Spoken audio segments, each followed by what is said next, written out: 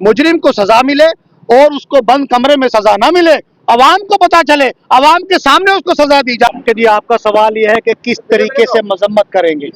आम अवाम जो मजम्मत करती है वो प्रोटेस्ट के थ्रू ही करती है, जैसे मुसलमान कर रहे हैं, हिंदू भाई कर रहे हैं, तमाम कम्युनिटियां जो है इस वक्त जुलूस निकाल कर और प्रोटेस्ट जो है कर रही है और इस चीज़ की कड़ी निंदा कर रही है कि ये जो हो रहा है, ये जो नहीं होना चाहिए था, कैसे हुआ, क्यों हुआ, कहां से आए, कैसे आए। ये एक जो है तहकीक का जो है मोड़ है, विषय है तहकीक करने का। और तहकीक करने के बाद जो लोग इसमें मुजरिम पाए जा रहे हैं, जो लोग इसके अंदर शामिल हैं, उन सब को, उन तमाम लोगों को जो है कड़ी से कड़ी सजा मिलनी चाहिए।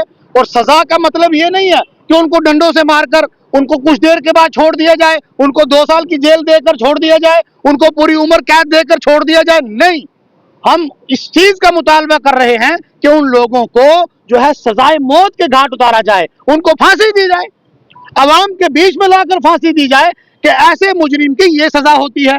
अभी हमारे डॉक्टर साहब ने एक मिसाल दी दुबई की, वो मिसाल नहीं है, वो हम सब के लिए सबक है कि ऐसा होना चाहिए। और ऐसा हो अगर, फिर जाकर मजा आएगा, फिर हमारे दिलों को सुकून और चैन मिलेगा कि वाकई मुजरिम को सजा मिली।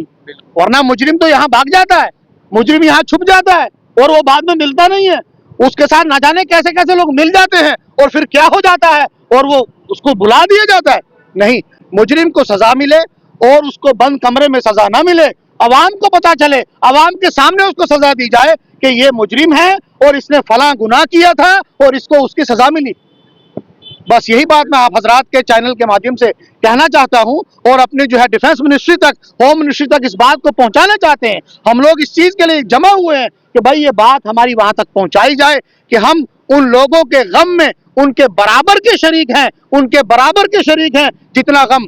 ये बात अलग है कि किसी का भाई गुजर गया, किसी का बाप गुजर गया, किसी की बेटी गुजर गई, उनका गम, उसका लेवल अलग है, हमारे गम का लेवल अलग है, मगर हम उनके गम में उनके साथ शरीक हैं, उनके साथ खड़े हैं, क्योंकि हमारी कश्मीर की मेहमान नवाजी के ऊपर बदनुमा दाग लगाने की एक कोशिश की गई है। हम इसको बिल्कुल बर्दाश्त नहीं करेंगे। जम्मू कश्मीर ही नहीं बल्कि हिंदुस्तान के हर अफराद की इस टाइम जो है वो आंख नम है। जो ये हरकत हुई है, हम उसकी जो है कड़ी से कड़ी निंदा करते हैं। हम कितनी बार हमने यही कह चुके हैं कि दहशतगर्दी का जो है वो सरकार को इसके लिए कोई कड़े से कड़े कदम उठाने पड़ेंगे।